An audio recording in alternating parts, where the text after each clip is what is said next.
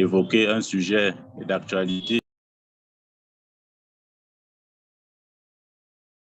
qui seront nos panélistes qui nous donneront leur avis en fonction des différentes préoccupations qui seront identifiées. Donc, pour commencer, moi, je suis le docteur Mbela Maurice Rocher.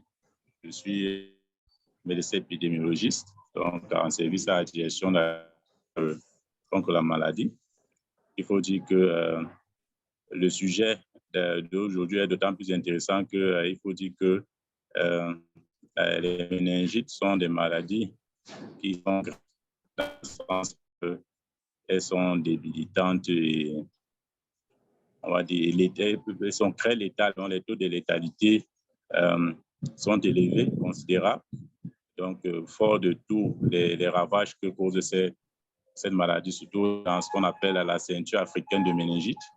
Donc, en 2021, l'OMS avec ses partenaires ont lancé une feuille de route mondiale pour vaincre dans la méningite à l'horizon 2030, surtout en ce qui concerne sa forme la plus grave qui est la méningite bactérienne. Donc, cette stratégie vise notamment à réduire les décès liés aux méningites et ainsi que le nombre de cas.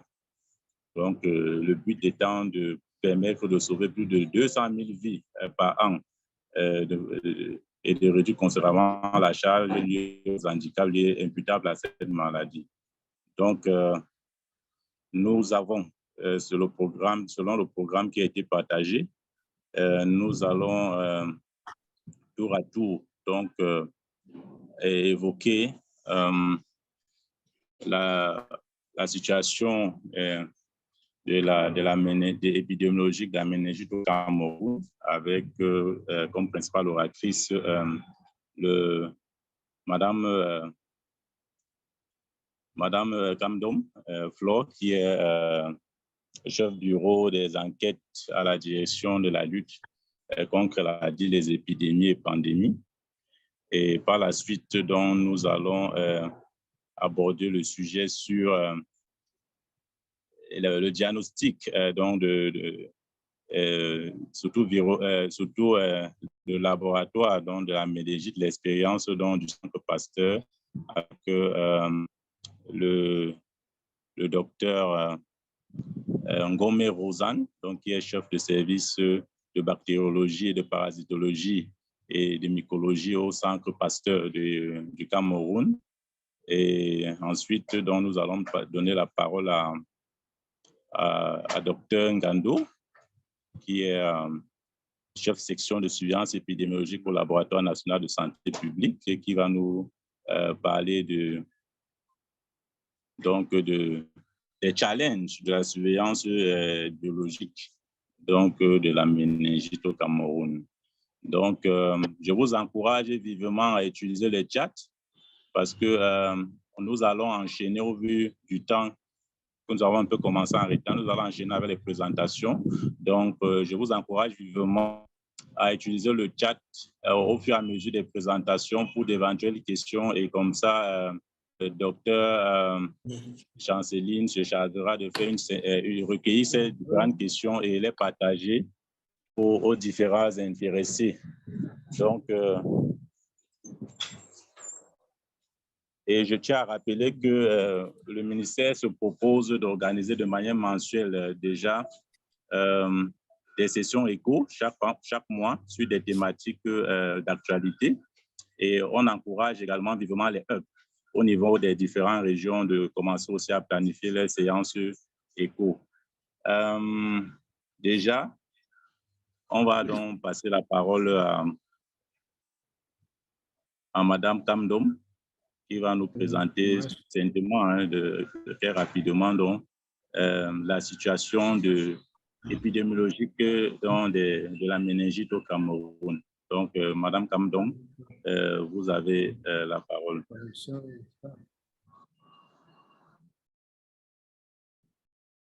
Merci, Dr Mbela,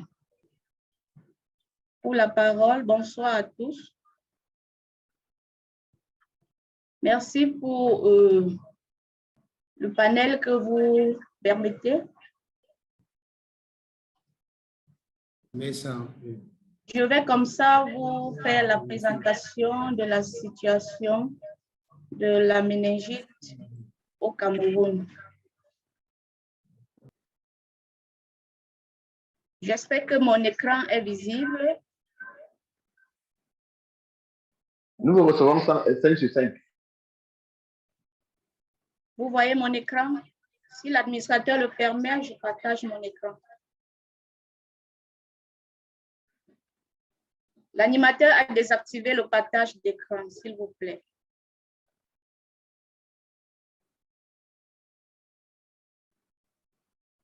Très bien.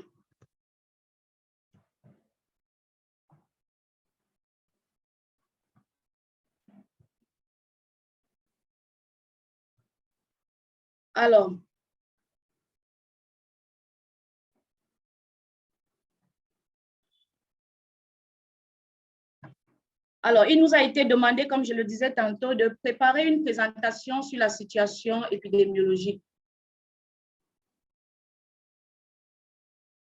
Notre plan va s'articuler comme suit. Nous allons dans un premier temps faire le point sur la généralité de la surveillance de la méningite. Et puis, nous allons faire une situation épidémiologique. Nous allons également faire un point sur les stratégies de surveillance et de lutte contre la méningite au Cameroun, les performances de la surveillance renforcée, et nous ferons une analyse et un point d'action mené au Cameroun. Alors, en guise de rappel, il faut dire que la méningite est une inflammation des méninges liée à une infection, qu'elle soit virale, fongique, bactérienne. Elle se transmet par voie aérienne. La période d'incubation dure 2 à 10 jours. Et c'est un problème réel majeur de santé publique dans la ceinture africaine de la méningite. Il faut dire que 26 pays sont caractérisés à haut risque, dont le Cameroun. Alors, c'est une cause importante de la mortalité et de morbidité infantile. 4 régions sont classées à haut risque dans notre pays, à savoir l'Adamawa, le Nord, l'extrême Nord, le Nord-Ouest. Alors, pour la période allant du 2015 à 2022, plus de 10 000 cas, 10 000 cas suspects ont été enregistrés pour un taux de létalité de 4,5%. Les régions qui ont enregistré le plus de cas sont la région de l'extrême nord, la région du centre, du littoral et du nord-ouest.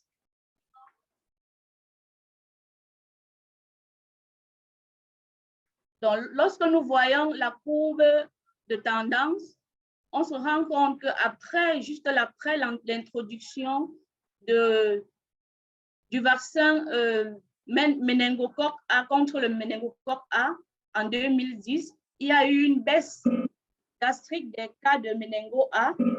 Toutefois, on remarque quand même qu'il y a une progression des cas causés par d'autres souches, notamment le méningo W. Caused by other viral.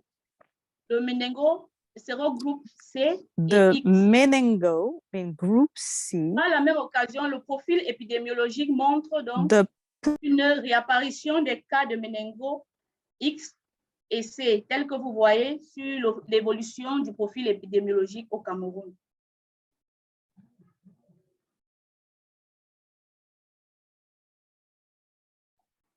Alors, nous voyons également sur la surveillance qui est faite sur le plan afro que le constat est pratiquement le même dans tous les pays, avec une absence de cas de méningo A depuis 2015.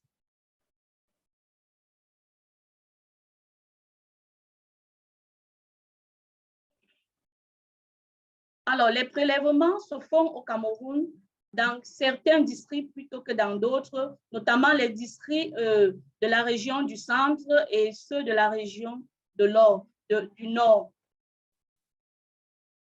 Certainement liés à leur proximité avec le laboratoire national, le laboratoire de référence. Les stratégies de surveillance au Cameroun, le Cameroun a opté pour une stratégie combinée qui rallie donc la surveillance renforcée des épidémies et la surveillance au cas par cas. La surveillance au cas par cas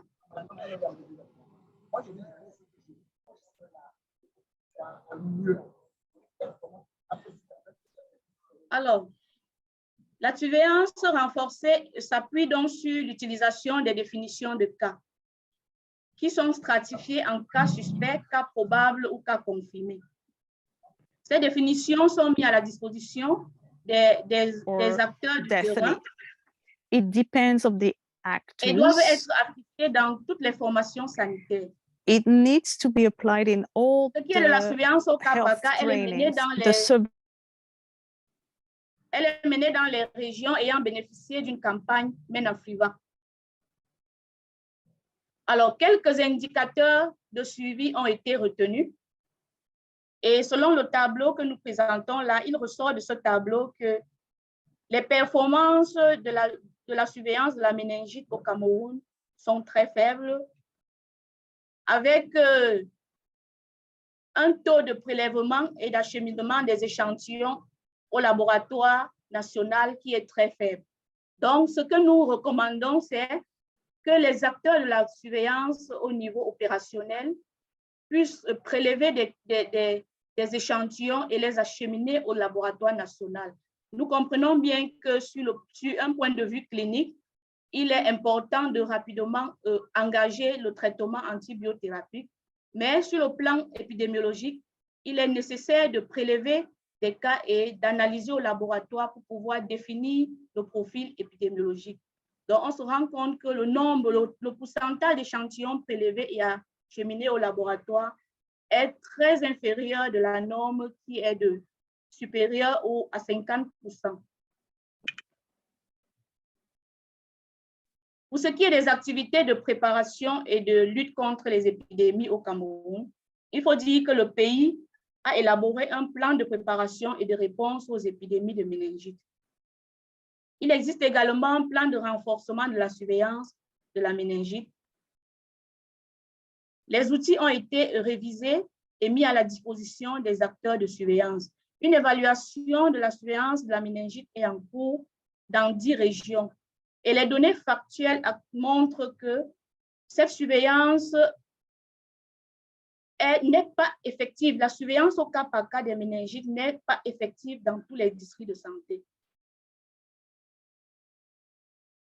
L'élaboration d'un graphe de plan stratégique national d'élimination de la méningite est en cours dans tous les pays d'Afrique situés sur la ceinture méningique et notamment au Cameroun.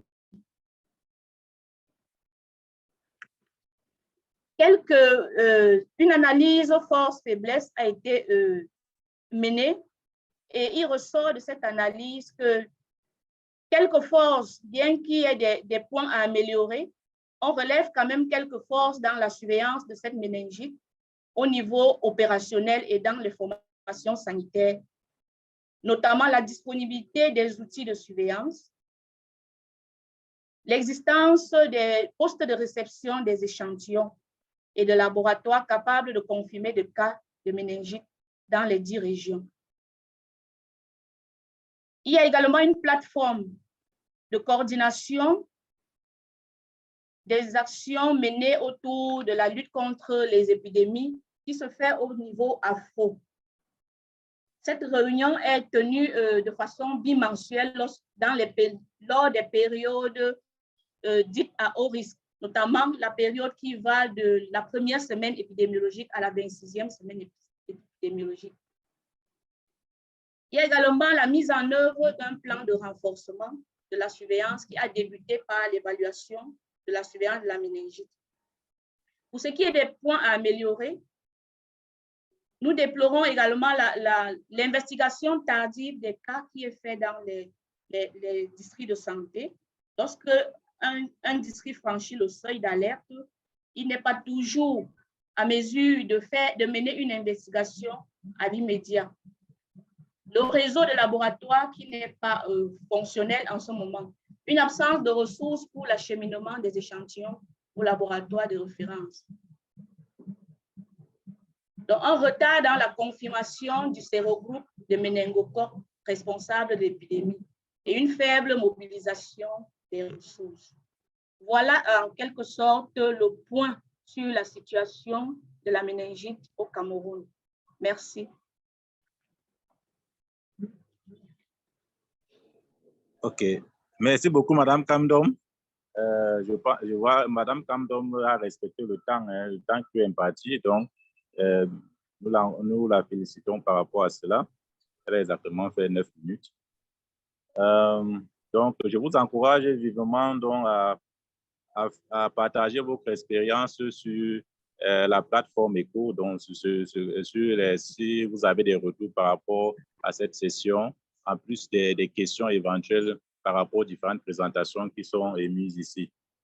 Il faut dire, il ressort de cette présentation de Mme Kamdom, cette brillante présentation, dont un certain nombre de choses, notamment les faiblesses en matière de surveillance et aussi d'investigation des cas de méningite. Il faut dire que les méningites sont responsables des épidémies, surtout les formes bactériennes qui peuvent se propager rapidement, et les enfants et les jeunes en payent le plus lourd prix. Donc, il est important donc de mettre en place des actions, notamment en ce qui concerne les actions de prévention à travers la vaccination, le diagnostic, le traitement précoce. Donc, il reste les principales domaines d'intervention dans la lutte contre ces affections. Donc, mais cela passe systématiquement par le renforcement du système de santé en matière de surveillance des cas qui est très important, avec des aspects notamment liés à la surveillance aussi même des résistances antimicrobiennes, des germes en course. Donc, c'est important de le faire, mais également à travers la sensibilisation et la mobilisation des acteurs. D'où l'importance de ces sessions éco pour vraiment faire le partage d'expériences et aussi apporter la connaissance au plus près des acteurs et pour les sensibiliser sur cette problématique. Donc, sans plus tarder, nous allons passer à la seconde présentation. Mais avant ça, je tiens quand même à signaler que nous avons 2 experts qui sont nos panélistes dans cette plateforme. Le premier expert, le professeur Guita, donc qui est je vais dire en anglais, le Regional Meningite Control Officer, OMS AFRO, et aussi notre second expert qui est le docteur Tague-Bejean Voisin, tant pour moi, qui est pédiatre, infectiologue et chef de service des maladies infectieuses au Centre Mets Enfants, la Fondation Chantal Biya, qui est l'un des centres de référence national en matière de pédiatrie.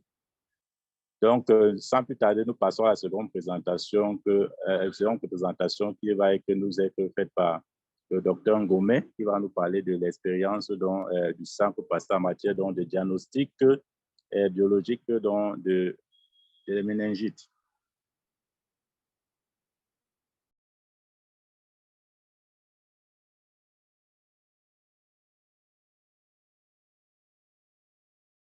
Merci, Dr. Bina, de me passer la parole des méningites et partager l'expérience du Centre Pasteur. Nous allons l'aborder.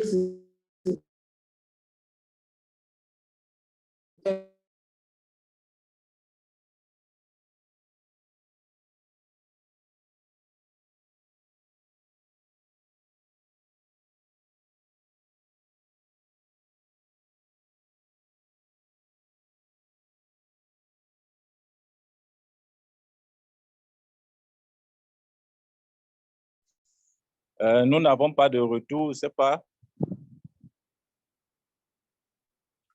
Docteur Ngomé. Oui, je disais merci pour la parole donnée. Donc, je vais vous entretenir sur le diagnostic biologique des méningites, l'expérience du Centre Pasteur, et nous allons l'aborder selon le plan suivant. Après une brève introduction, nous allons parler du prélèvement, transport, La démarche diagnostique des données de la semaine 1 à la semaine 46 de 2022 est terminée par une conclusion. En guise d'introduction, disons que les méningites infectieuses, c'est l'atteinte du système nerveux central qui est limitée au méninge. Le diagnostic est envisagé par des arguments cliniques, mais l'élément décisif est pour affirmer le diagnostic repose sur l'examen du liquide céphalorachidien. À présent, parlons du prélèvement et du transport. Pour prélever le LCR, tel que vous voyez, il y a le schéma pour le site de portion, mais le prélèvement se fait idéalement avant toute antibiothérapie et après une asepsie rigoureuse de la peau au niveau entre les vertèbres L3 et L4. Le volume recueilli est d'environ 2 à 5 Je ne sais pas si vous pouvez vous approcher du micro. La qualité du son n'est pas bonne.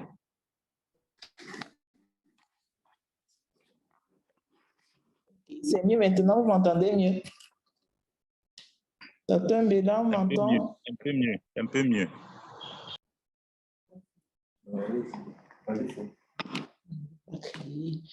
Je disais, le LCR est prélevé idéalement avant toute antibiothérapie par ponction lombaire après une asepsie rigoureuse de la peau entre les vertèbres L3 et L4. Le volume recueilli est d'environ 2 à 5 millilitres dans un tube stérile. Et quand ce tube est reçu au laboratoire, il est envoyé aussi au laboratoire de biochimie s'il y a une demande associée. Donc, le prélèvement doit être étiqueté. On doit mettre l'heure, la date, l'heure de prélèvement, le nom du patient et tout autre identifiant nécessaire. L'échantillon sera accompagné d'une fiche de transmission qui comporte des renseignements sur le traitement antibiotique en cours, l'âge du patient, son statut immunitaire, son type d'immunodépression, le contexte, s'il y a des convulsions, des purpura, si dans l'entourage, il y a une notion de méningite, s'il a fait un acte chirurgical ou bien une autre chirurgie ORL. Donc, pour le délai d'acheminement au laboratoire, idéalement, c'est inférieur à 1 heure quand on est vraiment à côté d'un laboratoire et ça se fait en température ambiante car le méningo est très fragile. Si la FOSA, la formation sanitaire, est loin du laboratoire et que le délai d'acheminement sera supérieur à 1 heure, il est intéressant d'introduire le LCR dans un milieu de transport qui est ici de TA et transisolate. À présent, comment faire le diagnostic au niveau du laboratoire? L'examen, on commence par faire un examen macroscopique. On regarde l'aspect du liquide céphalorachidien. Normalement, il a un aspect eau de roche, donc clair comme de l'eau. Et selon les pathologies, en fonction qu'ils soient pathologiques, on peut avoir différents d'autres aspects qui peuvent être eau de riz trouble, xanthochromique, hématique ou hémorragique. Donc, à côté, nous avons les schémas pour illustrer ces différents aspects pathologiques. À la microscopie, le LCR normalement est à moins de 5 éléments par millimètre cube. Mais si on arrive à trouver plus de 10 éléments, il faut faire une formule leucocytaire après coloration par May-Greenberg-Jameson. À l'examen microscopique aussi, il faut faire une coloration de grammes qui nous permettra de mettre en évidence les bactéries, on peut faire l'encre de Chine pour la mise en évidence du Cryptocoque neoformans. Donc, nous illustrons ici les différents résultats que nous pouvons avoir à la microscopie. Donc, la première image nous montre les images de Neisseria gonorrhoeae qui sont des cocci-grammes négatifs en diplocoque avec des aplatis à leur extrémité. Et à côté, c'est un streptocoque pneumoniae qui sont des cocci à grammes positifs, généralement en diplocoque. Ensuite, on a l'image des Mophilus influenzae qui sont des petits bacilles grammes négatifs. Et à côté, l'image du Cryptocoque neoformans à l'encre de Chine. Pour l'analyse bactériologique, on va faire une culture bactérienne qui commence par la mise systématique en culture du LCR dans différents milieux de culture. Et au préalable, il faut préchauffer ces milieux de culture quand ils sortent du réfrigérateur pour éviter que le germe en cause puisse être lysé s'il n'est pas réchauffé. Donc, les milieux que l'on va utiliser, c'est la gélose chocolat plus polyvitesse. On va utiliser la gélose au sang frais pour les streptocoques pneumoniae, une gélose saboro chloramphénicol si au gramme on a eu la présence de levure.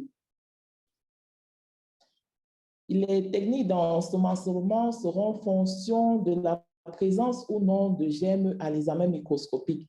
Donc, si on n'a pas eu de germes à l'examen microscopique, on va faire un isolement classique, mais pas si on n'a pas eu de germes à l'examen microscopique, on fait un ensemencement avec un ensemencement en râteau.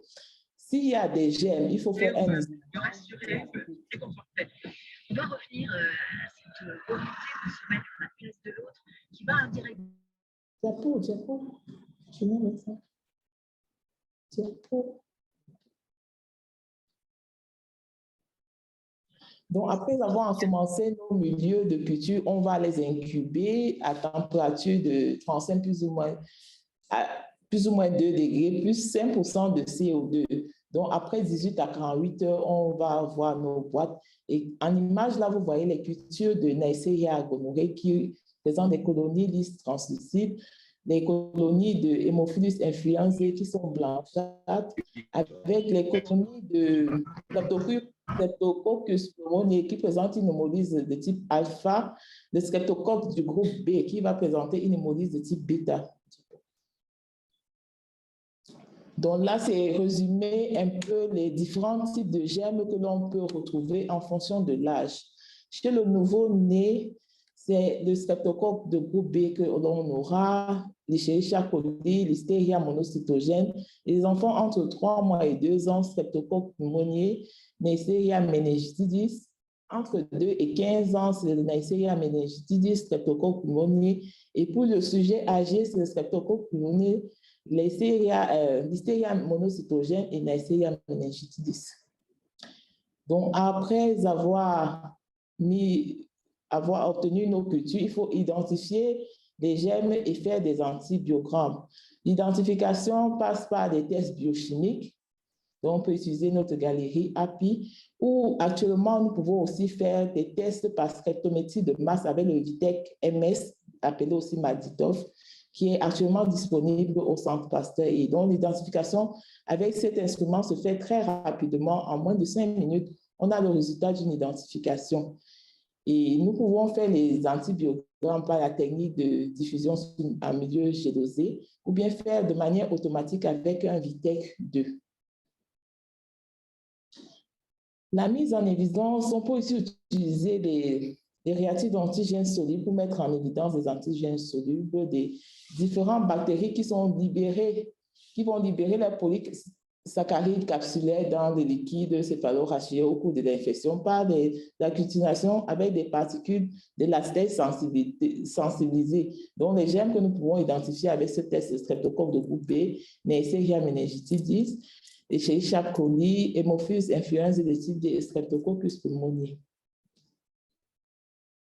La biologie moléculaire va nous aider aussi, quand la culture n'a pas poussé, de mettre en évidence le germe et aussi de sérougrouper le type de Neisseria meningitidis qu'on aura obtenu. Et cet examen est assez rapide. En 1 heure, nous pouvons avoir les résultats. Autre examen que nous pouvons faire, c'est l'analyse biochimique, donc doser le glucose dans les liquides céphalorachidien. Et on sait que normalement, ce glucose doit être égal aux 2/3 de la glycémie. En cas d'hypoglucorachie, on peut associer cela à une méningite bactérienne. Pour la protéinorachie, si on a une hyperprotéinorachie entre 1 à 5 grammes par litre, on peut penser aussi à une méningite purulente. Par contre, une hypochlororachie fait penser à une méningite tuberculeuse. Et au Cameroun, quel type de laboratoire peut faire le diagnostic? Nous dirons que tous les niveaux de laboratoire peuvent aider au diagnostic en fonction de leur niveau. Donc, quand on est un laboratoire de catégorie 1, on peut faire au moins les colorations, l'État ferait les colorations de grammes qui orientent déjà dans le diagnostic. Les laboratoires de catégorie 2 vont pousser un peu plus loin, ils vont faire la culture, les antibiogrammes, faire la recherche d'antigènes solubles. Et les laboratoires de catégorie 3 vont faire la culture des gènes courants et spéciaux, faire des antibiogrammes avec les surveillances de résistance, la recherche des gènes courants et des tests spéciaux par PCR. Les laboratoires de catégorie 4 font une bactériologie spécialisée. Donc, ça, c'est quelques données de l'année 2021, de la première à 45e semaine épidémiologique. Nous avons reçu environ 200 LCR et on a un taux de positivité qui est moins de 10%. Les gènes fréquemment rencontrés, c'est les Neisseria meningitidis, Streptocoque pneumoniae, les coli, les Listeria monocytogènes. Et dans les autres gènes, on a mis les cryptocoques, on a mis les autres gènes rencontrés, les Streptocoques. On a... Bon. Monsieur, je vous remercie pour votre aimable attention.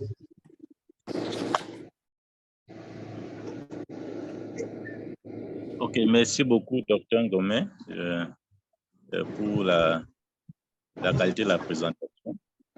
Nous avons vu les enjeux en matière donc, de critères de qualité, tant sur le plan du prélèvement, aussi sur le plan des techniques d'examen du LCR en laboratoire, les différents providers et d'interprétation, et aussi les différents profils des gènes qui varient le plus souvent en fonction de la catégorie de personnes, bien, on va dire la tranche d'âge et aussi les différentes voies de transmission. Et on voit aussi que la gravité, ça c'est entre parenthèses, donc, peut aussi être fonction donc, du contexte, en plus du gène, mais aussi du contexte dans lequel la maladie donc, survient. Donc, à la fin, nous avons vu le paquet minimum d'activités en matière de capacité de diagnostic laboratoire en fonction donc, des différentes catégories de laboratoire et formation sanitaire, et ce qui montre l'importance de bien asseoir un bon réseau donc de laboratoires en matière de diagnostic des méningites, et avec un bon système donc, de référence et d'acheminement des échantillons pour le diagnostic donc, de certitude et de qualité. Donc, sans plus tarder, nous allons justement voir ces différents, on va dire, ces différents enjeux avec la présentation donc, du docteur Ngando, qui va nous parler des challenges donc, de la surveillance biologique de la méningite au Cameroun. Donc, docteur Ngando, vous avez la parole. On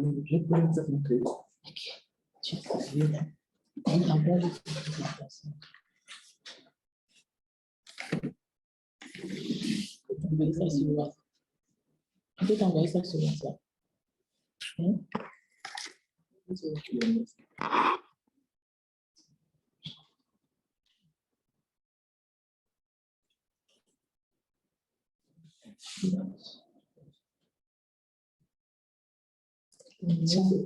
Challenge.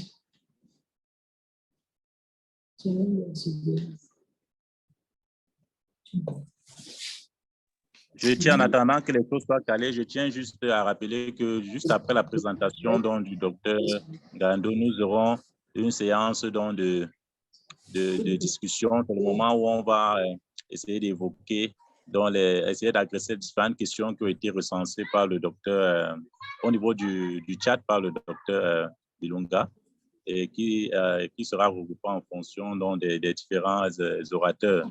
Et donc, nous aurons une dizaine de minutes pour cette séance, et par la suite, donc, nous allons donc, passer la parole à nos experts donc, qui vont nous faire donc, qui vont nous donner leur point de vue sur la question, et maintenant, donc, nous donner quelques orientations en matière donc, de recommandations et définir ensemble donc, et définir sur la base des différentes discussions et échanges qui ont été faites, donc définir les prochaines étapes donc, pour améliorer donc, la surveillance donc, de la méningite au Cameroun.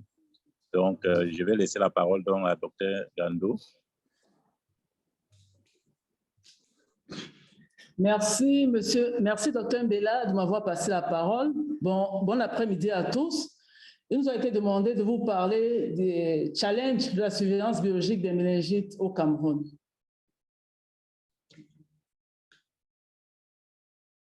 Pour cela, nous allons, après notre introduction, parler proprement de la surveillance biologique des méningites au Cameroun, comment ça se passe, et parler de nos défis, nos challenges, et puis nous allons conclure.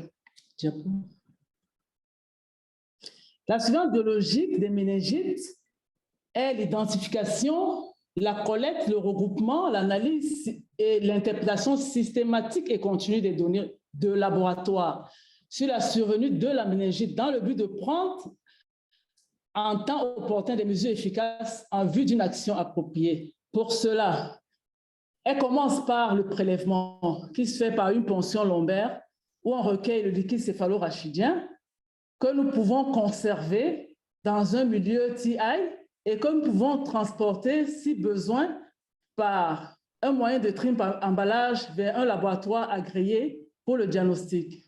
Une fois le liquide céphalorachidien arrivé au laboratoire pour le diagnostic, sera utilisé pour soit l'examen direct en fonction du niveau du laboratoire, soit la culture, soit la PCR. Diapo. Au Cameroun, la pyramide des laboratoires nous donne 4 niveaux. Nous avons le laboratoire de niveau 1, 2, 3 et au niveau 2, 3, 4. Au niveau 1, en général, il assure les analyses faites dans les centres de santé intégrés, les centres médicaux d'arrondissement, où nous faisons l'examen direct. L'examen direct qui va permettre juste de connaître la morphologie, c'est-à-dire la forme, la taille, le mode de recouvrement de la bactérie et sa coloration. Et à ce niveau, on ne peut pas connaître quelle est la vraie identification, c'est-à-dire l'espèce de la bactérie. Ensuite, ceux du niveau 2, qui permettent le diagnostic dans les districts de santé, les laboratoires de districts de santé, nous permettra, en plus de l'examen direct, de faire la culture et l'antibiogramme qui nous permettra d'avoir la vraie identité de la bactérie, c'est-à-dire connaître l'espèce. Et pareillement pour les laboratoires du niveau 3. Et concernant le niveau 4, pour les hôpitaux de première et deuxième catégorie, qui est nécessaire pour le diagnostic lorsque nous avons surtout des méningites décapitées, c'est-à-dire après avoir pris peut-être des antibiotiques et que le patient ne soit pas traité, ne soit pas soigné, il est nécessaire de passer par cette PCR. Diapo. Nous avons au Cameroun 16 laboratoires, c'est-à-dire 16 laboratoires dans nos 10 régions qui sont capables de faire le diagnostic, la culture des méningites. Diapo. Et après avoir fait ce diagnostic, en général, nous avons une remontée des données par le biais des listes linéaires. Ici, nous constatons que depuis 2016, nous avons une prépondérance de 3 germes, c'est-à-dire le Streptococcus pneumoniae, Neisseria meningitidis, de ce groupe indéterminé, et celui de ce groupe W135. Et Streptococcus pneumoniae, quant à lui, est plus répandu dans la région du Nord, et principalement à Garoua 1 et à Mora. Contrairement à Neisseria meningitidis, qui a été répandu presque dans toutes ces régions. Vu cette difficulté que nous avons au niveau du prélèvement, nous l'avons dit, c'est un prélèvement qui est médicalisé. Vu la difficulté que nous avons au niveau du transport, du coup, les échantillons qui n'arrivent pas au niveau du diagnostic, des laboratoires souvent qui ne sont pas capacités, nous sommes mis comme défi, premièrement, de renforcer les capacités des acteurs pour le prélèvement, la conservation, le transport des échantillons, d'assurer le cours de transport de ces échantillons, de renforcer les laboratoires nationaux en matière de fourniture et de matériel, de renforcer les capacités du personnel de santé dans le diagnostic de routine et le séquençage. Diapo.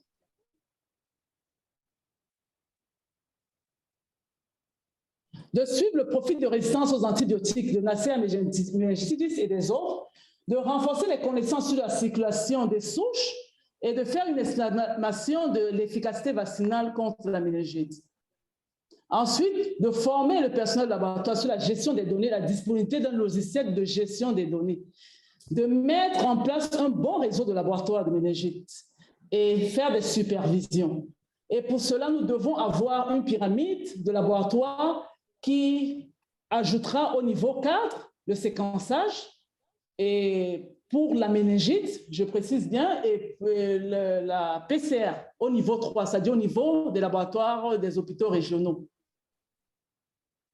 Nous avons ces laboratoires déjà qui assurent bien le séquençage au ministère de la Santé pour la COVID-19, avec la disponibilité des réactifs pour la méningite. Ils pourront bien le faire concernant la méningite. Et puis pour la PCR, on peut noter que nous avons une vingtaine de laboratoires dans tout notre pays, dans les régions, qui ont des thermocycleurs qui peuvent très bien faire le diagnostic de méningite. La difficulté, c'est au niveau des réactifs. Nous le savons. Diapo. Alors, nous pouvons conclure en disant que nous avons de nombreux défis à relever dans la surveillance des méningites. Et nous vous remercions pour votre aimable attention. Merci. C'est nous qui vous remercions, Dr Gado.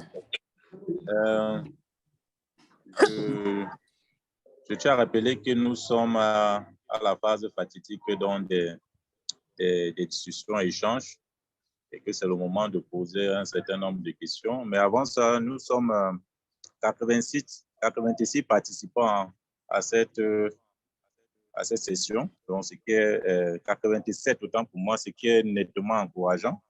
Je tiens à rappeler que le Cameroun dispose d'environ 12 plateformes, 12 hubs autant pour moi, avec au moins une dans chaque région. Et nous, chaque hub est supposé donc organiser donc, à une certaine fréquence donc, des sessions éco. Donc, sans plus tarder, je vais laisser la parole à Dr Bimba qui va d'abord nous sortir donc, une série de 5 questions qui ont été recensées dans le chat, ainsi que les différentes personnes à qui ces questions sont adressées. Et ensuite, on va laisser donc, la parole donc, aux différents concernés, dont les orateurs de réforme. Nous avons 10 minutes pour cette séance. Merci. Merci, monsieur le modérateur. J'espère que vous m'entendez. Merci aux oratrices. Pour le moment, nous avons retenu 2 questions à l'attention de Madame Kamdom. La première, c'est de préciser les modes de transmission de la méningite, à savoir s'il n'existe que la méningite par voie aérienne, posée par Chrysal Guate. La deuxième, c'est une question du docteur Etene qui demande de préciser s'il y a des solutions pour améliorer la surveillance de la méningite. Maintenant, à l'attention du docteur Ngomé, la question que nous avons notée, c'est de préciser s'il a déjà été enregistré un profil de résistance bactérienne. Je pense que la question a également été posée par le docteur Etene. Quelles sont les tendances de résistance aux antimicrobiens en ce qui concerne le Neisseria meningitidis? Et docteur Aurélie a demandé, Aurélie Esso, quelles sont les solutions pour développer les réseaux de laboratoire. Je pense que les 2 questions de laboratoire sont adressées à la fois au docteur Ngomé et au docteur Ngando. C'est ce que j'ai pu collecter pour le moment. Je vous remercie. OK, merci beaucoup, docteur Bilunga, pour la qualité du travail abattu. Nous allons d'abord laisser la parole à l'oratrice Madame Kamdom Flore pour répondre à ces questions. Ensuite, nous allons passer la parole à Dr Ngombe et par la suite, nous allons terminer par le Dr Ngando. Merci Dr Mbela de me passer la parole. Déjà, merci pour les questions posées. Ça reflète l'intérêt que vous portez à cette thématique. Je vais commencer par la question à savoir quelles sont les mesures prises pour améliorer la surveillance de la méningite, formulée par le docteur Téné Côté. Oui, comme nous l'avons dit, nous sommes dans un processus de renforcement de la surveillance de la méningite au Cameroun. Et nous avons commencé par une évaluation de la mise en œuvre de cette surveillance-là. Donc, les données factuelles nous ont certainement relevé les performances qui ne sont pas bonnes. Et nous avons recommandé d'utiliser déjà et d'afficher systématiquement les définitions de cas sur la surveillance de la méningite. Nous avons les définitions standards qui sont dans les guides techniques de surveillance. Nous avons également relevé le fait que les acteurs de terrain ne maîtrisent pas assez les seuils d'intervention. Lorsqu'un district franchit un seuil d'alerte, c'est beaucoup plus le niveau régional ou central qui interpelle. Donc, il est important pour les acteurs d'analyser les données de façon hebdomadaire et de pouvoir détecter le franchissement des seuils et mener des actions appropriées. Pour ce qui est du volet laboratoire, nous souhaitons et nous recommandons vivement que le réseau de laboratoires soit opérationnel pour permettre de capter les différents germes qui circulent. Nous savons que les examens sont faits dans des formations sanitaires et les résultats échappent à notre système de collecte d'informations. Il est important que nous puissions rassembler et définir le profil épidémiologique pour pouvoir avoir des éléments de prise de décision le cas échéant. Pour ce qui est et il est également important de prépositionner les kits et d'investiguer les cas. Parce que nous avons détecté des cas de méningo et il est important de mener des investigations dans les 48 heures pour pouvoir recouper les informations et rapidement prendre en charge les cas. Pour ce qui est de la question posée par Madame Goutte Christelle, est-ce que la voie aérienne est l'unique voie de transmission? Nous disons non, c'est la principale voie. Il a été relevé également dans la littérature qu'il existe des transmissions génitales. Mais c'est pas fréquent, c'est pas très fréquent. Lors des méningites, on appelle ça, par voie vaginale pour les méningites néonatales. Donc, ça existe également, mais la principale voie est aérienne. Merci.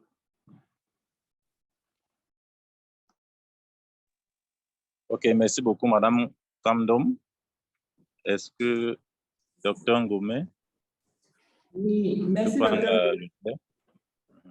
Merci, docteur, de me passer la parole. Pour la question du docteur Eténé qui voudrait savoir quel est le profil de sensibilité de Neisseria meningitidis au Cameroun ces dernières années. C'est vrai que nous n'avons pas présenté ces données, mais je peux vous rassurer que le Neisseria meningitidis continue à être sensible aux molécules usuelles. On n'a pas encore enregistré de résistance. Pour la question du docteur Aurélie Esso qui voudrait savoir quelles sont les pistes de solutions pour développer un réseau de laboratoires.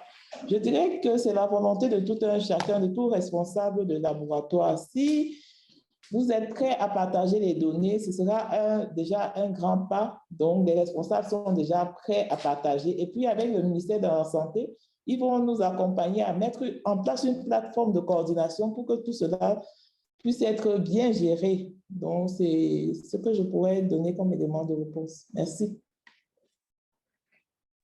Merci beaucoup, Dr. Ngomé.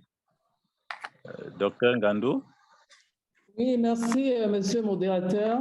Oui, par rapport au réseau de laboratoires, comme on le disait, nous étions en train de le dire, il est très facile de le mettre en place si déjà nous commençons par les préliminaires. Ça veut dire qu'il faut d'abord assurer les mesures de diagnostic qui commencent par le prélèvement. C'est-à-dire qu'il faut capaciter le personnel Nous savons bien qu'on a c'est un prélèvement qui est encore chez nous médicalisé et nous avons dans nos centres de santé intégrés des responsables qui ne sont pas forcément les médecins, mais qui ont face à eux des cas de méningite.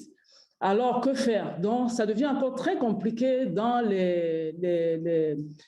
en périphérique. Donc, vraiment, il faut accentuer déjà cette formation du personnel, capaciter le personnel pour le diagnostic, c'est-à-dire au niveau du prélèvement, de la conservation, comme on a dit. Il faut éviter d'avoir des SCR contaminés. Il faut mettre en place un bon réseau de transport des échantillons. Nous avons vu tout à l'heure, Mme Kamdo l'a dit, on a très peu d'échantillons qui arrivent dans les laboratoires de référence parce qu'on a un souci, un grand souci au niveau du transport d'échantillons et surtout au niveau du coût du transport d'échantillons. Donc, vraiment, il faut mettre tout cela en place et progressivement, les échantillons arrivés dans les laboratoires de référence qui peuvent être des laboratoires des hôpitaux régionaux pour la culture et les hôpitaux de première et deuxième catégorie pourront être analysés et il faudra bien mettre en place aussi un système d'échange pour la transmission des données parce que les données qui pourront rentrer pour la prise en charge dans les centres de santé qui ont envoyé les échantillons, les données qu'on pourrait avoir, qui pourront arriver très rapidement au niveau central pour la riposte. Donc, je pense que si tous ces éléments, c'est-à-dire que tous ces défis que nous avons cités sont relevés, y compris la mise en place d'un bon système de gestion des données et d'analyse, de formation du personnel, de capacitation des laboratoires dans le matériel de diagnostic, je pense qu'on aura un très bon réseau de laboratoires ici au Cameroun. Merci.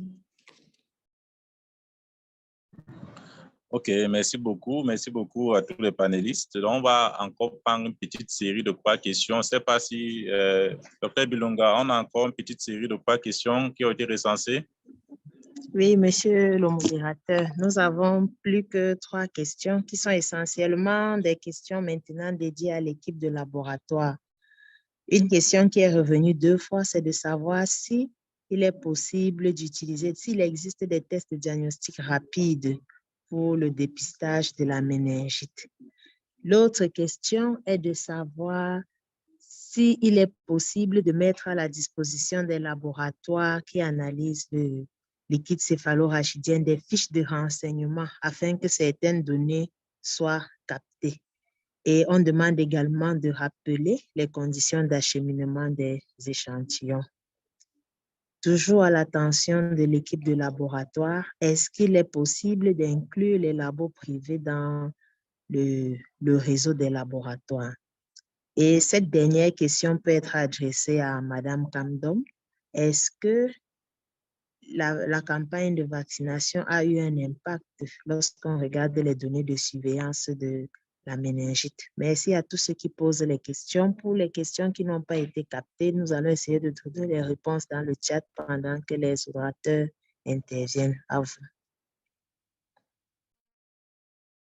Okay, merci beaucoup, Dr Bilonga, pour la qualité du travail abattu. Donc, on va procéder de la même façon, de manière plus rapide. Je tiens à rappeler que nous sommes déjà hors du temps parti. Donc, docteur, on va commencer en sens inverse. Docteur Ngando, je ne sais pas si vous pouvez avoir quelques éléments de réponse par rapport aux préoccupations. Donc, pasteur docteur Ngombe. Oui, merci, monsieur. Merci, docteur Mbela. Merci, monsieur le modérateur. Oui, concernant les diagnostics rapides, oui, il y a les tests de diagnostic rapide, en fait, des antigènes solubles qui existent. Bon, on peut parler des antigènes solubles qui existent et qui peuvent être faits aisément, quel que soit le niveau du laboratoire dans la pyramide. Et ça existe bien et ça peut bien aider. On peut les associer à l'examen direct. Par exemple, concernant les fiches de renseignement, oui, il est possible de mettre ces fiches de renseignement à la disposition. Justement, c'est un travail que nous allons coordonner. Concernant la possibilité d'inclure les labos privés sont déjà inclus, hein, c'est-à-dire que Quand on parle de laboratoire de la pyramide, quand vous regardez le schéma de la pyramide, quand on parle de niveau 1, niveau 2, c'est-à-dire que niveau 1, c'est de la prise en charge, ce sont les laboratoires concernant les centres de santé intégrés, les centres médicaux d'arrondissement et les hôpitaux privés, les laboratoires privés du même niveau, que ce soit laboratoire privé, hôpitaux privés, pareil, le niveau 4, le niveau 3, niveau 2, niveau 2, niveau 3, niveau 4. Donc, les laboratoires privés sont associés. Donc, pour la surveillance, on a besoin d'une surveillance dans toutes les informations sanitaires, dans tout le pays, parce qu'il faut avoir reflété les données réelles pour prendre en charge tous les Camerounais. Merci, Dr. Ngomé. Okay. Dr. Ngomé, est-ce qu'il y a des éléments de complémentaires à ajouter au propos de Dr. Ngando? Non, j'ai plus de choses à ajouter. Donc, juste qu'on va essayer de mettre en place toutes ces fiches-là, essayer de distribuer aussi aux différents laboratoires pour que ce soit plus accessible à tous.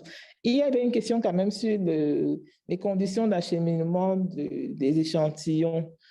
Donc, pour acheminer les échantillons, quand on a prélevé notre SCR, généralement, quand il est prélevé, c'est mieux d'avoir 3 tubes prélevés en fonction des examens qu'on voudrait faire. Mais si on ne veut faire que la bactérie et la biochimie, on va faire 2 tubes. Donc, ces 2 tubes sont prélevés et puis dans des tubes stériles étiquetés, on va faire le triple emballage pour éviter que les échantillons ne se déversent lors du transport et puis acheminer directement au laboratoire à température ambiante, s'il vous plaît. Parce que le méningo est sensible au froid. Si vous mettez les ice packs dedans, il risque d'être détruit et on ne pourra pas le récupérer en culture. Merci. OK, merci. On va passer rapidement la parole à Mme Kamdom pour la problématique sur les performances, en tout cas l'impact de la campagne de vaccination.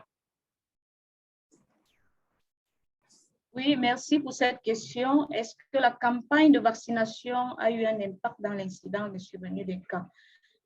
Si nous parlons là de la campagne de masse qui a eu lieu en 2010-2011, j'ai présenté la courbe de tendance et nous voyons vraiment qu'après cette campagne, il n'y a plus eu des cas de méningocoque A depuis 2015.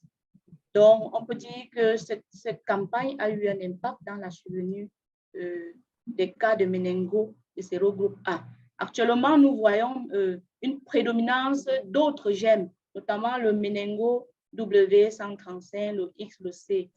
Donc, après cette campagne, il y a eu la surveillance au cas par cas qui a été instaurée dans les régions ayant bénéficié de cette campagne. Et le projet MENOCAM, au centre mère et enfants, qui surveillait donc les méningites bactériennes pédiatriques et les méningites bactériennes aiguës pour pouvoir suivre l'impact de cette vaccination sur la survenue des méningites. Je crois que oui, ça a eu un impact. Merci.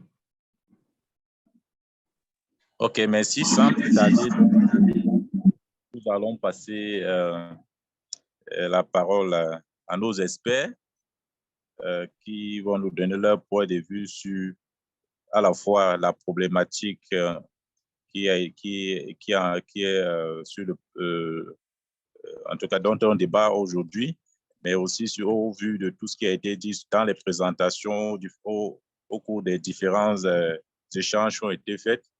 Donc, ils vont nous donner leur point de vue. Donc, nous allons commencer par le docteur Tagebeu, Jean Voisin, qui, je rappelle, est pédiatre infectiologue donc, au Centre Mère Enfants de la Fondation Chalta Biaki. On va l'accorder 5 minutes et par la suite, donc, faire quelques propositions donc, de recommandations et quelques orientations en la matière pour renforcer donc, la surveillance de la méningite au Cameroun. À vous la parole, Dr. Tagebeu.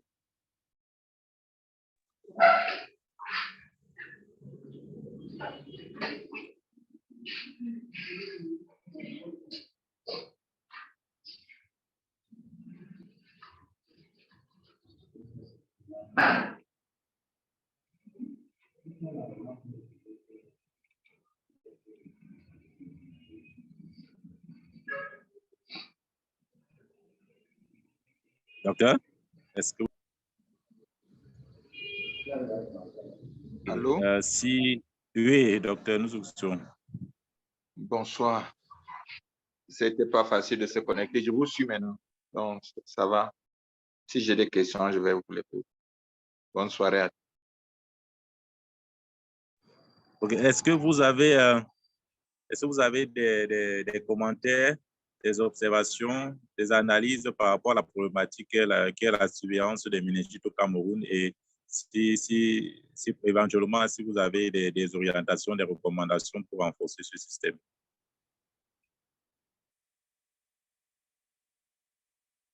Je pense que je vais d'abord suivre les autres et si j'ai quelque chose à dire, je vais sûrement lever la main. Merci. OK, merci. On comprend bien la situation dans laquelle vous vous trouvez. Donc, nous allons passer maintenant la parole au professeur Bita André, qui est le Regional Meningitis Control Officer au niveau de l'OMS Afro. Donc, nous allons vous passer la parole pour les mêmes enjeux. Donc, nous dit en gros quelles sont les observations sur les points clés qui ont été abordés et quelles sont les éventuelles recommandations que vous émettez par rapport au renforcement du système de surveillance des méningites au Cameroun, en Afrique, de manière plus globale. Et merci beaucoup, Dr Roger. Bonsoir à tout le monde. Et je tiens tout d'abord à vous exprimer la gratitude de l'OMS Afro pour nous convier à cette discussion et nous vous encourageons, nous vous félicitons. Et ça intervient au moment où l'Afrique s'est engagée à éliminer les méningites bactériennes d'ici 2030 et à réduire de 50% le poids, les cas, et de 70% les décès. Donc, je commence par dire que la dernière analyse qui a été faite, l'analyse étendue sur toute l'Afrique, montre que le Cameroun est parmi les pays les plus à risque, parmi les 13 pays les plus à risque en Afrique. Parce que avec la nouvelle initiative, on va au-delà de la ceinture de la méningite pour prendre les 47 pays de la région afro. Et donc, pour rappeler aussi qu'au-delà de la détection des épidémies, la surveillance permet d'évaluer le risque, également de mesurer l'impact des interventions. C'est comme ça qu'avec la surveillance, on a pu montrer qu'on a presque éliminé la méningite A. Alors, il faut aussi dire qu'au Cameroun, la méningite A, comme dans tous les pays de la ceinture, représentait 90% de toutes les épidémies, de tous les décès, ainsi que de tous les cas, avant l'introduction du vaccin Menafrivac en 2010. Et que l'analyse globale qui a été faite a montré qu'il y a eu une réduction de pratiquement 50% des épidémies et pratiquement de plus de 50% des cas. Et l'introduction du traitement, et ça je reviens sur le traitement, il faut savoir que le traitement de choix c'est la ceftriaxone parce qu'elle permet de réduire en 24 heures la fièvre et d'arrêter, parce qu'elle agit directement sur le portage et d'arrêter la transmission, contrairement au chloramphénicol qu'on utilisait pendant 3 semaines et qui créait beaucoup de séquelles. Donc la ceftriaxone, on ne mélange pas avec d'autres antibiotiques comme on voit partout dans certains pays. Et il faut le placer très rapidement, même si on n'a pas encore collecté le liquide céphalorachidien. Alors, même si vous avez déjà mis en marche le traitement, vous devez toujours collecter le liquide céphalorachidien en pensant que vous allez faire la PCR. Parce que l'idée était que lorsqu'on a commencé, on a commencé à administrer les antibiotiques, on ne peut plus. Donc, ça, c'est déjà une chose qu'il faut pouvoir mettre dans les différentes stratégies pour encourager l'augmentation de ces prélèvements. L'autre chose qu'il faut pouvoir rappeler, et je vois que le Cameroun fait beaucoup d'efforts en matière de surveillance. Aujourd'hui, la définition de cas ou la détection des cas n'est pratiquement plus un problème. Comme on le voit, la définition est simple, il faut une définition communautaire, mais ce qui est un problème, c'est le laboratoire, la confirmation. On a bien vu que au Cameroun, c'est moins de 2% de collecte des liquides céphalo-rachidiens. Quand on compare aux pays comme le Burkina Faso, où on a 97%, le Mali, le Niger, plus de 95%, le Togo, plus de 90%. Comment est-ce qu'on se retrouve avec moins de 2%? La première des choses, c'est que dans ces pays, les infirmiers entraînés et supervisés font la ponction lombaire. Alors, ce test non écrit qui dit que c'est un acte médical, effectivement, on est en train de démontrer, de rechercher les évidences pour les partager. Et on voit bien qu'il n'y a pas d'engagement que tout le monde craint. Et il n'y a pas de différence significative avec les ponctions lombaires qui sont faites par les médecins. Donc, l'une des premières choses, c'est de tout faire pour essayer de voir dans quelle mesure augmenter le nombre de personnes qui peuvent pratiquer la ponction lombaire. Dans certains pays, c'est moins de 1%. Au Cameroun, c'est moins de 2%, alors que les autres pays, beaucoup de pays font pratiquement 90%. Et la moyenne, le minimum, c'est 50%.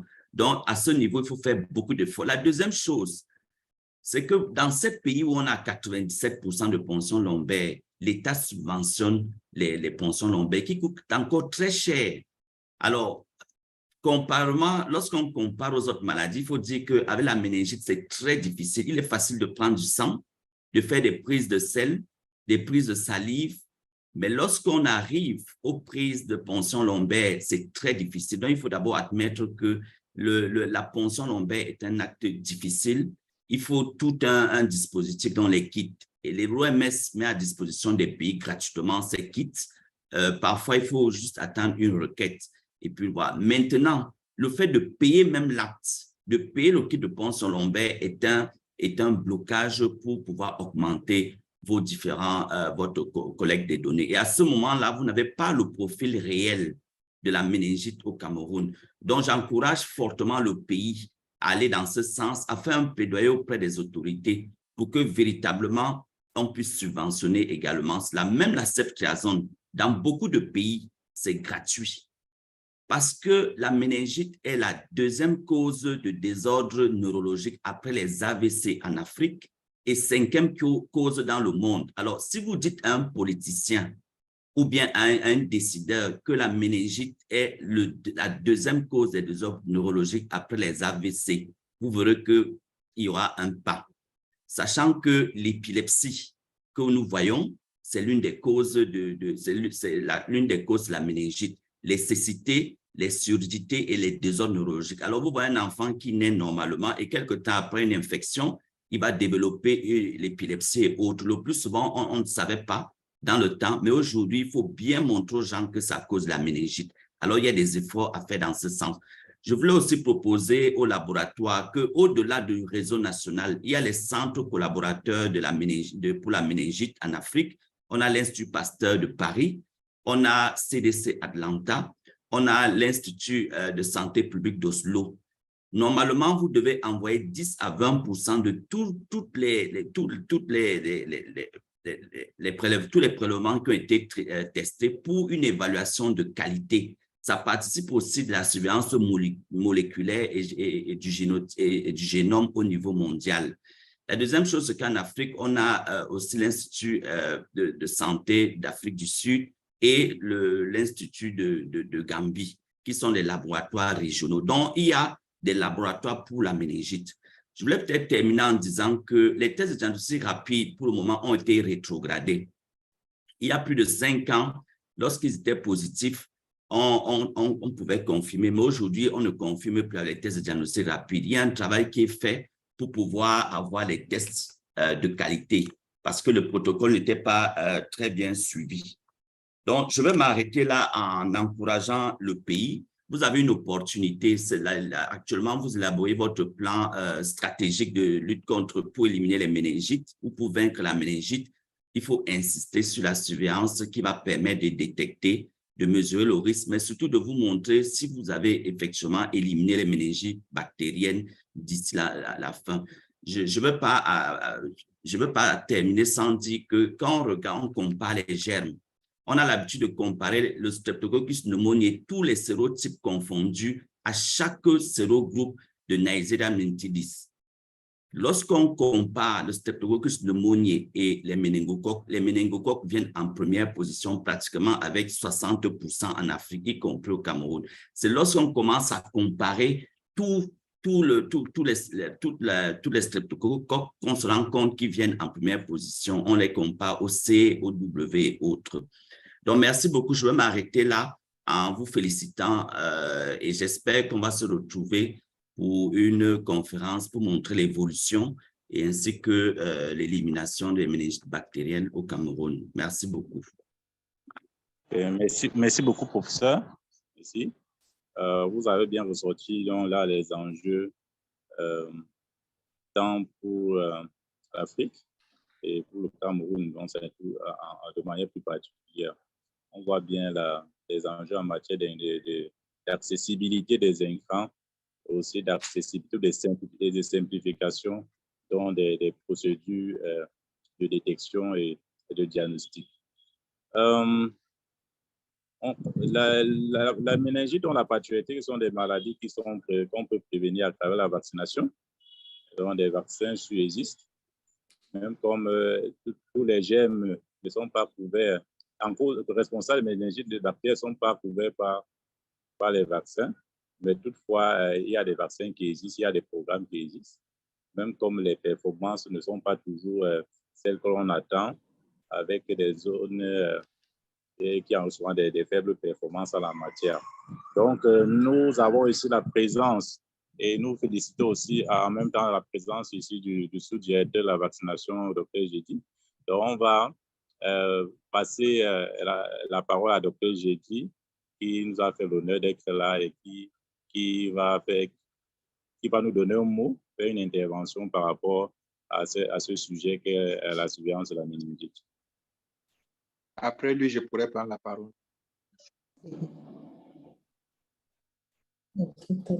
Bonsoir à tout le monde. Bonsoir à tout le monde. Bonsoir. Bonsoir, monsieur. Vous me recevez? Oui.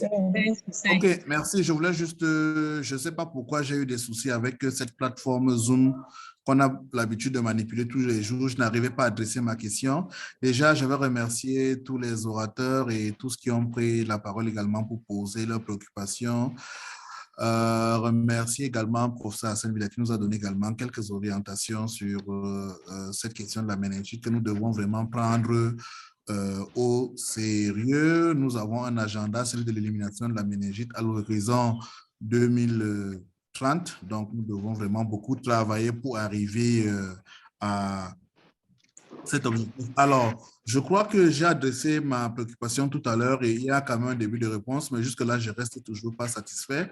Ma préoccupation va à l'endroit des laboratoires de référence, juste pour savoir, est-ce qu'il y a une difficulté particulière avec peut-être la saisie des données de laboratoire au niveau du DHS2. Je ne sais pas si cela est fait ou alors si cela n'est pas fait. Est-ce qu'il y a des soucis par rapport à ça? Parce qu'il faut quand même dire que il est bien pour nous d'avoir ces données-là saisies afin de nous permettre de voir vraiment le profil bactériologique déjà à ce niveau et permettre vraiment à tout un chacun d'exploiter ces données-là pour pouvoir s'en servir bien, parce qu'on dit vraiment, si on n'a pas des données, si on n'a pas des données exhaustives et de qualité, c'est vraiment très difficile pour nous de prendre des actions.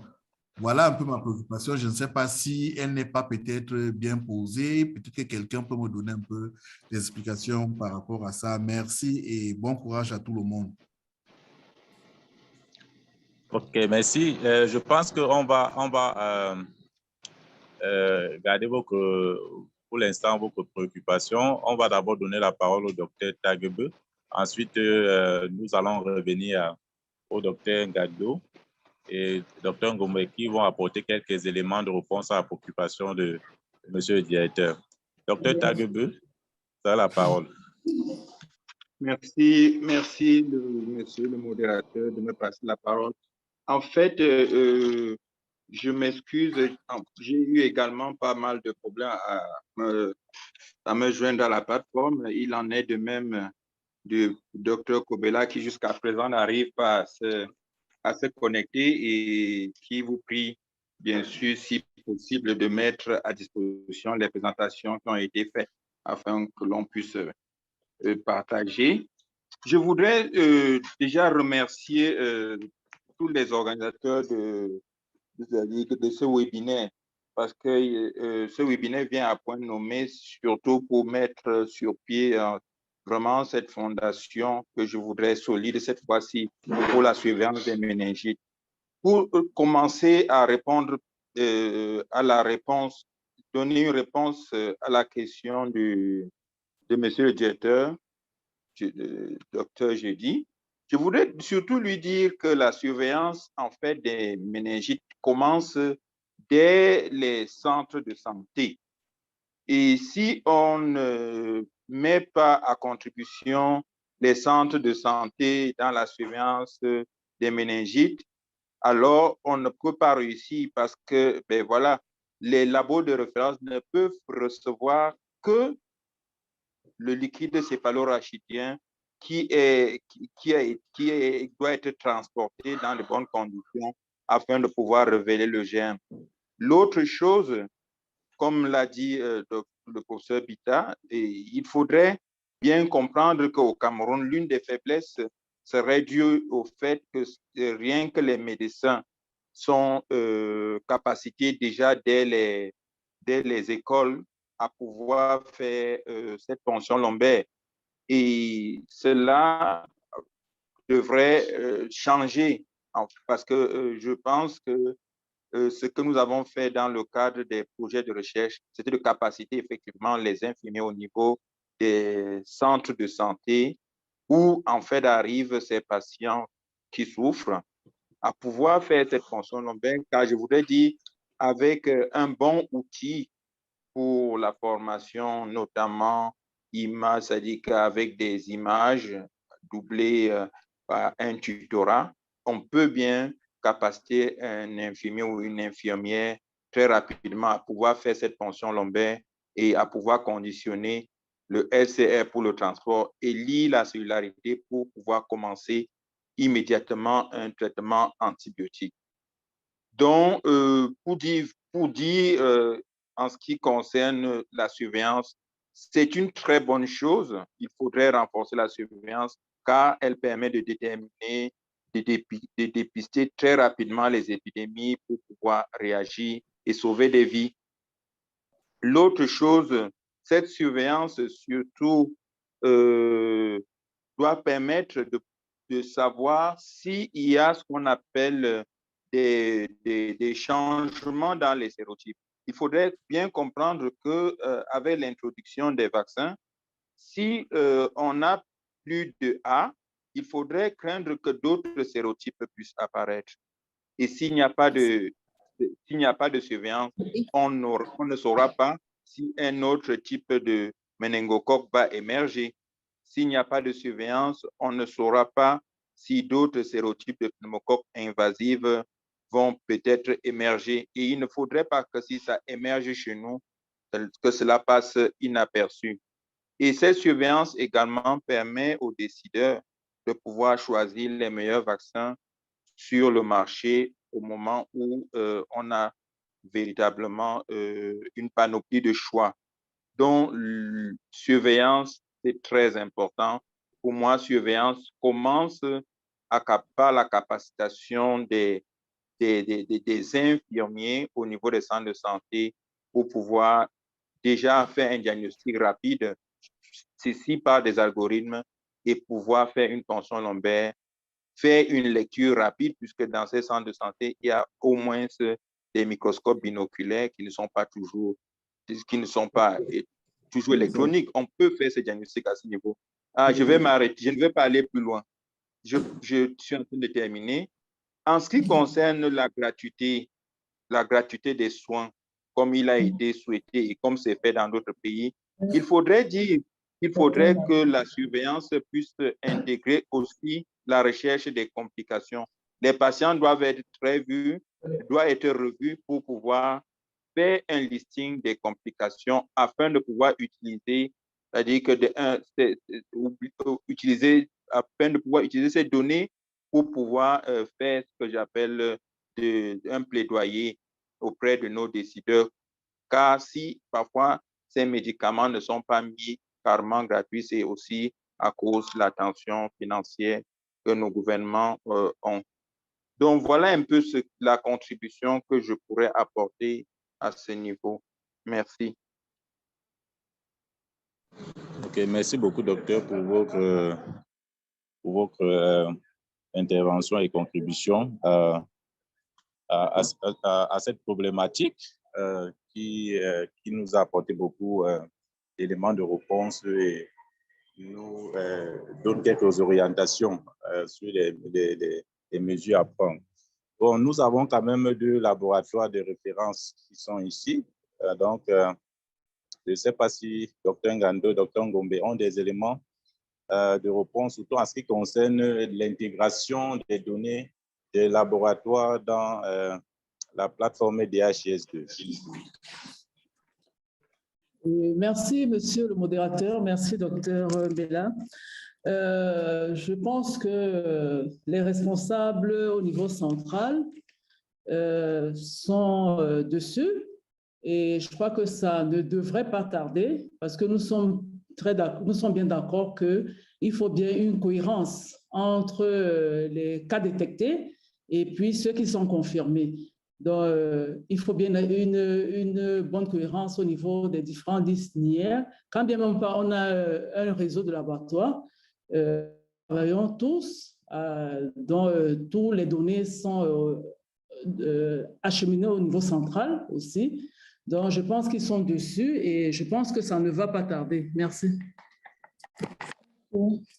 Merci. Quant au Centre Pasteur, donc, lors de la formation SIM-Air que nous avons reçue, donc il a été question qu'on fasse un peu un refresh au niveau du Centre Pasteur parce que le personnel va changer. Il y avait eu des formations avant.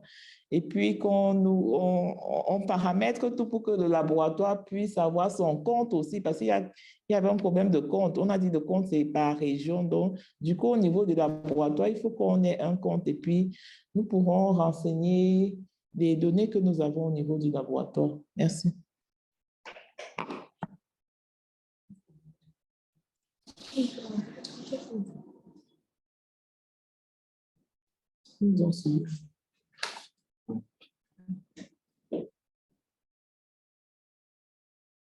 Bella, j'ai terminé.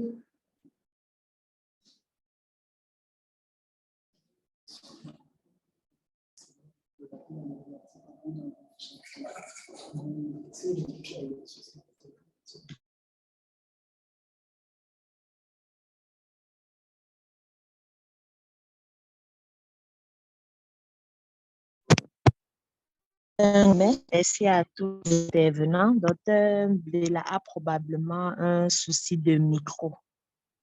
Donc, nous avons noté toutes les préoccupations et les interventions. Et comme l'a dit Dr Ngando, il y a une équipe qui travaille à améliorer continuellement cette surveillance de la méningite, bien sûr, avec l'appui et le support de nos panélistes experts.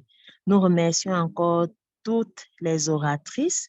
Nous remercions les intervenants, ceux qui ont posé des questions et nous espérons que la prochaine fois, nous aurons une audience davantage grandissante. Nous avons promis une périodicité mensuelle.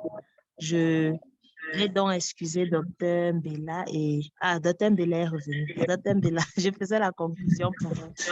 Vous voyez? Merci beaucoup, Dr Bilunga. Je pense que vous avez parfaitement assuré votre travail de backup.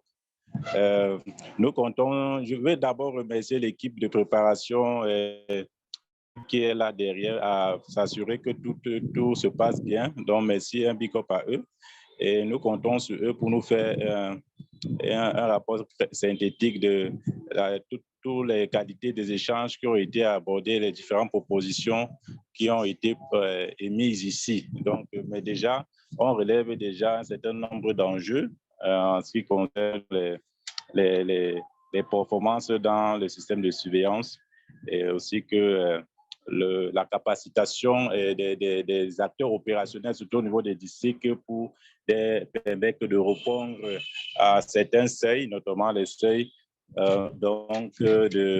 d'intervention Et aussi, il est important que les différents acteurs s'approprient les activités de surveillance et de traitement de la méningite, notamment à travers donc, le renforcement des capacités donc, du personnel, tant sur le plan donc, des prélèvements, tant sur le plan aussi de la conduite à tenir en ce qui concerne l'opérationnalisation donc, du réseau de laboratoires qui commence à partir des centres de santé pour remonter jusqu'au laboratoire de référence du niveau national. Donc, nous avons aussi un grand enjeu dans l'accessibilité des incrits en charge qui doivent être de qualité et aussi très accessibles. Ce sont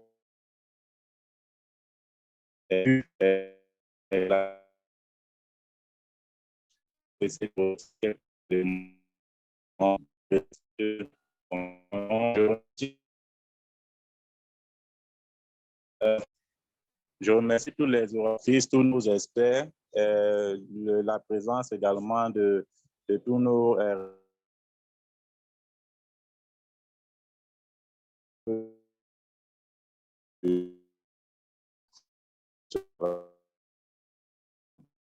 nous remercions les... OK. Vraiment, on avait mal à me suivre. Donc, merci pour les différentes réactions et les interventions de tous les différentes personnes qui ont pu se connecter, malgré qu'on a des...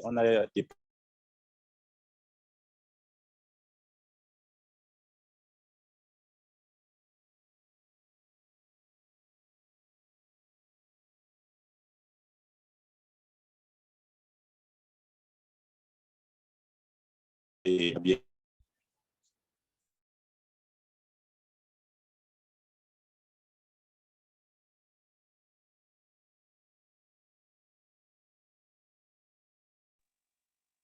Merci à tous et agréable journée. Bye bye. Merci. Bonne soirée. Merci, merci. Merci, au revoir. Bye bye. Au revoir, docteur. Au revoir. Merci, bye.